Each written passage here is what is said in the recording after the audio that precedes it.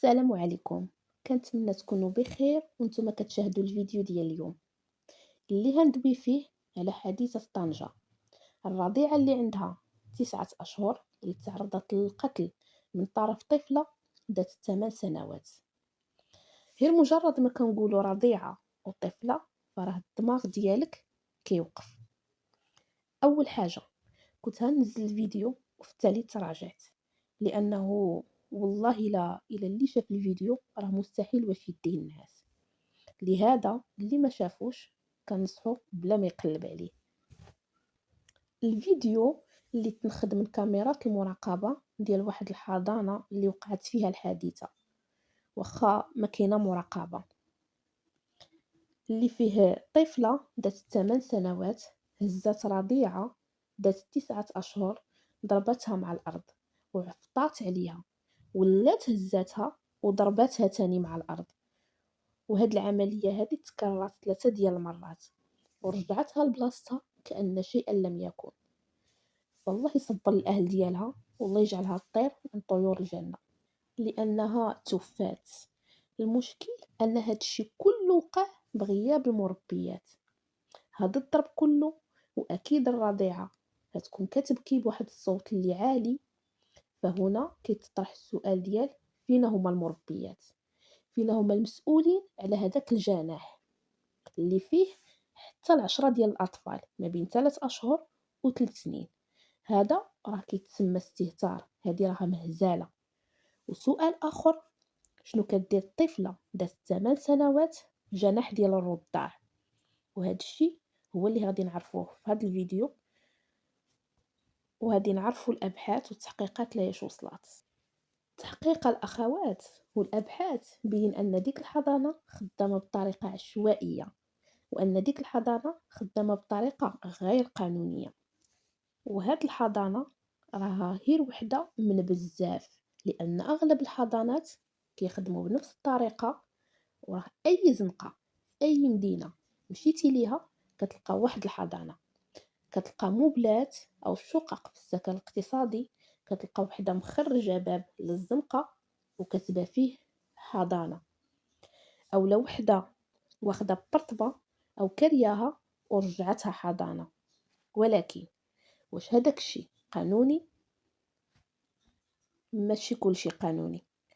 الواقعة اللي وقعت في طنجة ديال ديك الرضيعة اللي تعرضت للاعتداء من طرف واحد الطفلة، في الأبحاث تبين أن ديك الحضانة ما عندها حتى شي ورقة، خدامة بطريقة عشوائية بدون ترخيص.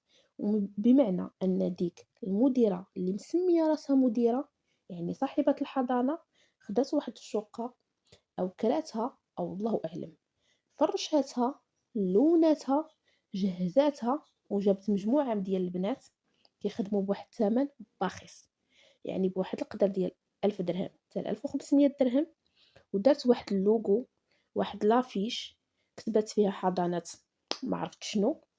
وباش كيجيو هاد الآباء والأمهات اللي ما عندهمش الوقت كيحطوا ولادهم تما، هما عند بالهم الحضانة راه مأمنة، حتى وقع اللي وقع وربي فاش كيبغي يفضح شي واحد كيدير ليه السبب. فالواقعة ديال هاد الرضيعة هادي خلات الأمهات اللي كيحطوا وليداتهم في هاد الحضانات بالضبط يعرفوا بلي هاد الحضانة هادي ما عندهاش رخصة. اليوم إلا مشينا كنا لهاد الحضانات اللي عندنا في المغرب في واحد المجموعة ديال المدن، في واحد المجموعة ديال الأزقة، إلا سولناهم واش عندكم رخصة، أغلبيتهم هيقولوا لكم لا، حنا ما عندناش رخصة. ويقدر يقول لكم كاع كنديروا معكم غير المزيان. هانت يعني الدراري في واحد الشومبر بوحدهم، هذا راه بحد ذاته راه غلط. انكم تخليو الوليدات بوحدهم واخا ما توقع حتى شي حاجه، هذا راه غلط. مستحيل ان واحد العدد من الاطفال يبقاو بوحدهم في واحد الشومبر. فلا بد من المعاقبه ولا بد من الحساب. فراه تم الاعتقال ديال المديره وديال المربيه، اوتوماتيكمون راه هذه تسد ديك المسمات بالحضانه لانها خدامه بدون رخصه. وكذلك الفيديو اللي تعطات أوامر أنه يتم الاعتقال ديال ديك الشخص اللي سرب هداك الفيديو. أنا كنت كنتقد الأمهات اللي كيحطوا وليداتهم في الحضانة، ولكن من بعد قلت راه كلها وظروفه، حيت كاينين المطلقات، كاينين الأرامل اللي ما عندهمش شي حل آخر. ولكن باش نحط ولدي ولا بنتي في الحضانة نهار كامل من 8 ديال الصباح حتى ل 5 ديال العشية بلا حتى مراقبة، ما نعرف واش واكل واش مبدل، هذا راه استهزاء. لابد من المراقبة والمواكبة. فكيفاش ولدي انا ديتو لديك الحضانة، داك الرضيع ملي غادي نجيبو واش ما خاصنيش نقلبو؟ هادي تقولي لي انا حطيته في الحضانة راه مأمن؟ ماشي مأمن.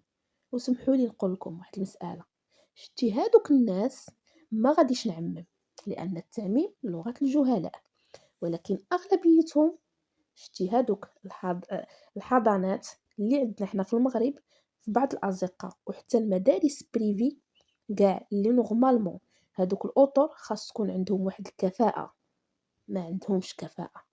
شتي هادوك المربيات اللي في الحضانات ما عندهمش كفاءة. انتي نورمالمون خاصك تحطي ولدك في الحضانة، خاصهم يبدلوا ليه، يوكلوه، يلعبوا معاه. هادشي واش كيقدموه ليهم؟ لا. هتقولي لي ولدي ما كيغوتوش عليه في الحضانة، كيغوتوا عليه في الحضانة. هذيك المربية ما عندهاش كفاءة وما عندهاش الخاطر باش تصبر مع 10 ديال الرضع على الأقل. هير هاد الحضانة اللي وقعت فيها هاد الكارثة في طنجة، هذيك الشومبر كانوا فيها شي 8 ولا أكثر وما معاهم حتى واحد، يعني بوحدهم في الوقت اللي كان خاص يكونوا 2 مربيات على الأقل. فإذا ما تغامروش بوليداتكم وتحطوهم في واحد المكان اللي تقولوا عليه مأمن وهو ما مأمنش. انتي كأم ما هاديش تقبلي حتى شي واحد يغوت ليك على ولدك، وفي الحضانة راه كيغوتوا عليهم ويمكن يضربوهم كاع. فراعي وليداتكم وقلبوا وليداتكم، لان انتي وما عندكش البديل وحطيتي ولدك في الحضانه، نقدروا نعتبروها انها ماشي عيب ونعطيوك مبرر. ولكن ملي تجيبي ولدك قلبيه، بدلي ليه ليكوش، الا شفتيه طايب عرفيه ما كيبدلوليهش. فاش تعطيه ياكل، الا شفتيه كياكل باللهفه عرفيه راه ما واكلش. بديت وزنيه كل سيمانه ولا كل شهر وشوفيه واش كيتزاد ولا ما كيتزادش. ومن فوق هادشي كله ارضاو باللي قسم الله. الا كان الزوج ديالك موفر لك ما تاكلي وما تشربي، جلسي ربي وليداتك، شبعي منهم. راه وليداتنا ما كيطلعوش حنان فينا ومربين علينا الكبده، فراه حنا السبب. فاش كيبدا يحل عينيه كيحلهم على ناس اخرين. شنو كتسني منه؟ فاتقوا الله في وليداتكم، راهم امانه عندكم، راه ما كيجيوش بالساهل. فكيف يعقل ان بنت عندها 8 سنين نحطوها مع رضاع؟ هذا راه ماشي غلط، هذه راها كارثه. انا نقول لكم واحد المساله، شتي ولد ديال 3 اشهر حتى 5 شهور ما خاصناش نحطوه مع ولد عنده 3 سنوات فما فوق. هتقولوا لي علاش؟ هذاك ديال 5 شهور راه ما كيفهم والو، وهذاك ديال 3 سنوات راه حتى هو ما كيفهم والو، راه ما كيعرفش، راه يقدر غير دماغو يقول له شنو هو هذا ويزيد ليه، يبغي يكتشف، يمشي ليه لعينيه، يقدر يقجو، يبغي يعرف شنو غادي يوقع ليه. فهذا راه غلط. فكنتمناو ان هاد المربيه وهاد المديره ياخذوا الجزاء ديالهم. فالبنيته اليوم مشات عند الله، ولكن الحق ديالها ما خاصوش يتهضم. مفهوم؟ مفهوم. هادشي دابا هي اللي تصور قدام الكاميرا، فالعلم الله شنو كيوقع من بعد. العلم الله اش كيوقع بما انهم خلاو وليدات بوحدهم. فالعلم الله اش كيوقع في هاد السنوات كلها اللي كانت خدامه فيها هاد الحضانه، ويعلم الله اش كيوقع في الحضانات الاخرين اللي كاينين كاملين في المغرب. فإلا جينا نقلبوا في هاد الحضانات واش خدامين بطريقه قانونيه، فاغلبيتهم ما خدامينش بطريقه قانونيه. وإلا جينا نقلبوا هاد المربيات واش خدامين بكفاءة فما خدامينش بكفاءة، كنقولها وكنتحمل مسؤولية كلامي. فردوا بالكم الأمهات من هاد المسألة هادي. هاد الحضانة اللي خدامة كيجيو الوالدين كيحطوا وليداتهم تما، كيخلصوا الواجبات الشهرية، خدامين بطرق غير قانونية. نتحداكم أن شي فاش كتبغي تنزل الطفل ديالها بالحضانة واش كتسول على الرخصة، ولا واش كتنتبه ليها واش معلقة في الإدارة. راه أغلبيتهم بلا رخصة. نقدر نقول لكم مثلا عندي واحد البقعة هنبغي نبنيها، شنو هيخصني الوريقات، البلان، الرخصة. انا ملي هنجي ما عندي لا رخصة لا والو، هنحط البريك، هنحط الكياس، المعلمية، الخدامة. شكون هو اول واحد غادي يجي عندي؟ شكون هو؟ هذاك المقدم. السلام عليكم. وعليكم السلام. عندك الوريقات؟ لا ما عنديش. اذا اخترقتي القانون. هيمشي عند القايد، هيجي عندك القايد، هاي منعوك. في واحد الكارتي وحده عندها بارطما، مشات زوقاتها لوناتها، دارت فيها واحد اللوغو حضانة كدا. ما يجي عندها مقدم؟ ما يجيو عندها سلطات يقولوا ليها شنو هاد الشيء؟ ما يمكنش ان واحد المشروع هيدار بلا حتى رخصة الا حتى حاجة. ما يمكنش ما يكونش في علم السلطات ان واحد النشاط كيدار في البلاصه الفلانيه وبشكل يومي وبطرق غير قانونيه. اذا راه البحث خاصو يكون معمق، وخاص اي واحد شارك في هذه الجريمه ياخذ الجزاء ديالو، لان راها روح هادي.